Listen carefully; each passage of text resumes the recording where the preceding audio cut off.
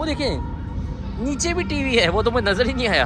तो वाह, टोयोटा का एक बहुत ही मशहूर नाम सेलिका, ये है टोयोटा की सेलिका, जो कि देखें कैसी कस्टमाइज़ हुई है। पुराना मॉडल है ये, लेकिन ये जो गाड़ी जिस तरह खूबसूरती से कस्टमाइज़ हुई है, मॉडिफाई इन्होंने की है, वो मैं आपको दिखाना चाहता था। इसका इंजन है देखें, अब ये गाड़ी बहुत ही नायाब है, 3000 VVTi।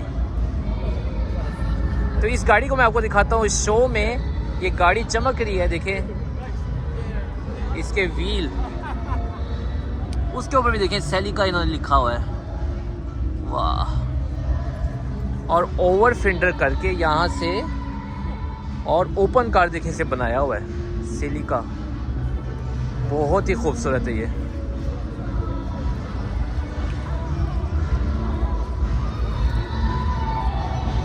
यहाँ पे भी डिस्प्ले है देखें, दरवाजे